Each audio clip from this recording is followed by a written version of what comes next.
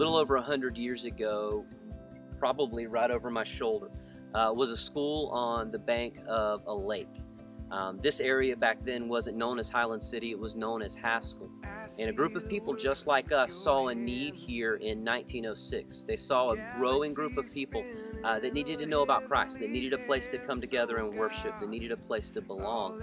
And out of that started the beginnings of what has become our church.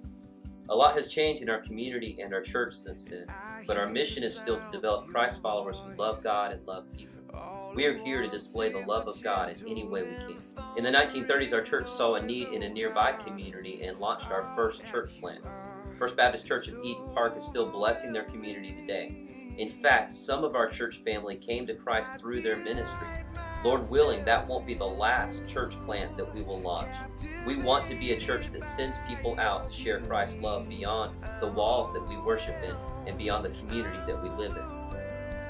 But we can't reach the world and forget about the community that we live in. Those who came before us have left us an amazing legacy of loving and serving this community.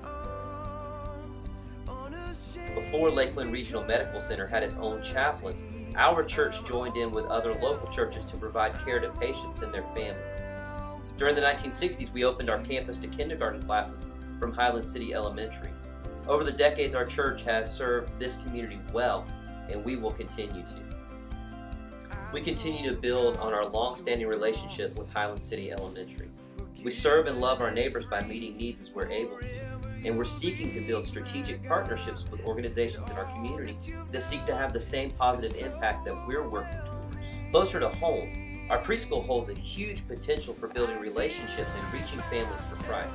In the 1990s, our church took a leap of faith and started what is now a thriving preschool. It's a challenging ministry. Messes are made, things are broken, and a lot of resources are used, especially classroom space. But it also provides us with an opportunity to touch nearly 100 families 5 days a week. Every day the preschool is open is an opportunity to show Christ's love to these families and to show them that they matter to God. It's well worth all of the messes. One of the things I am most proud of is seeing our people go on mission for God. Just in the last few years, teams from our church have gone to Alaska, Arizona, Kenya, Northern Ireland, and Haiti. They've helped with work projects, they've loved the broken, they've shared the gospel, and given away thousands of dollars to help further God's kingdom. One of the most exciting things to watch is when men and women surrender to following God's call to ministry. Bill Littleton came out of retirement to follow his calling. We got to ordain him here in our church and watch as God called him to pastor Lake Ruth Baptist, which is doing a great work down in Bartow. And then there's Rachel Neal, who we've been able to watch transform into an amazing missionary. God's call in her life meant leaving a promising teaching career and moving with her daughter to Zambia. But there she's now leading families to Christ and preparing them to reach their nation. We have the opportunity right now to invest in Jason Troyan as he's training for ministry. He's balancing a career in a biblical education while doing an excellent job leading our youth ministry. Lord willing, very soon we'll be able to see him ordained into the ministry of the gospel.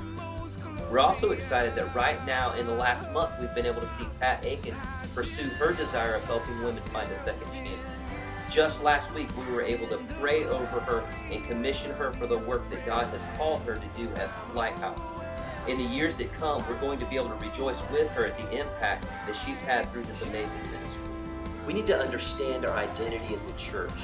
It needs to be about more than this building or the programs that we have, and it can't be about us. Our identity has to be rooted in Christ and who He is.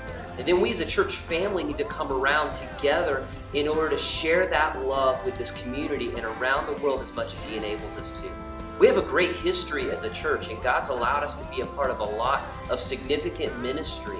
And as we look to the future, we need to seek Him first. We need to remember to love people the way that God has loved us.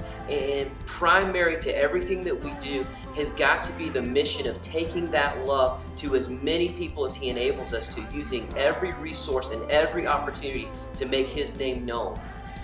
That's what we're about as a church, and I hope that you're ready to come along with us on this journey as we continue to grow and learn and reach the world with the love of Christ.